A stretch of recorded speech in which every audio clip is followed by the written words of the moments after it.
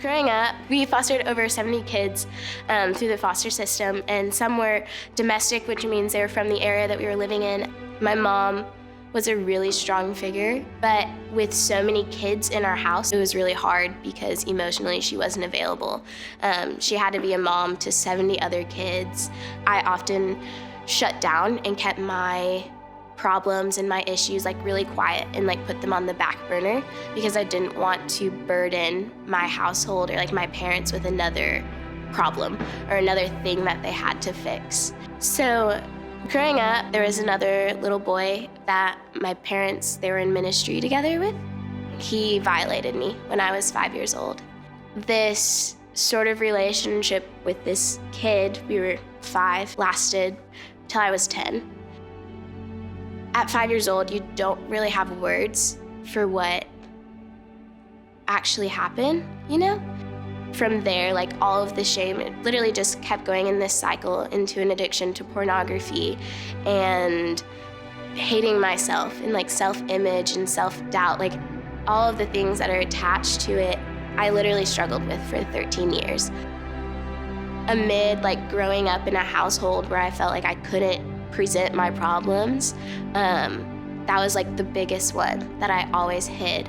And so I would try to be perfect. I would try to present myself on the outside, but knowing on the inside, I just felt so gross. And I wasn't worthy of anything because I was you guys don't really know me. And so my entire heart was just to want to be known and to be known fully.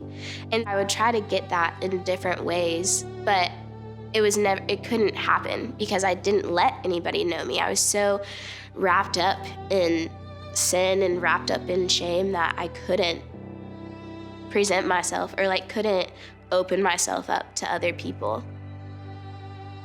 I just knew that it was time for it to stop.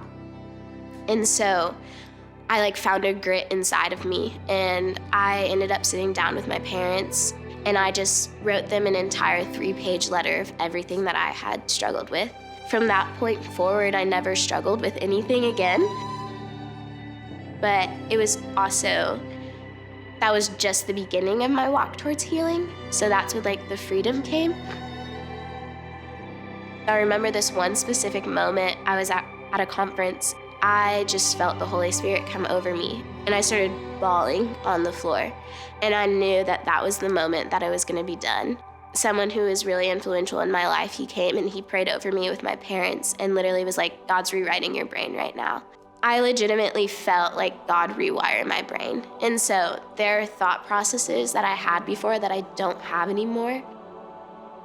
There are things that I struggle with that I won't ever struggle with again just because of that one moment of God coming into the natural realm and rewiring my brain. Being in community, specifically through C3, has really helped me because for the first time, I felt like I've been in community that just loves me for where I am. I don't feel the need to put a mask on. I don't feel a need to appear a certain way. It's been really good, and it's been me learning that I'm worth being loved where I am. I am worth people pursuing me in relationship and friendship. I'm not, just like the love of the Father within community, there's nothing that I have done and there's nothing that I could ever do that would make me unworthy of community. There's nothing that can make me unworthy of love. But I have to remember what God did on that day, and I have to remember the cross, honestly, and his grace, and that if God would send his only son for me, then I'm worth a best friend, I'm worth people seeing me completely unmasked.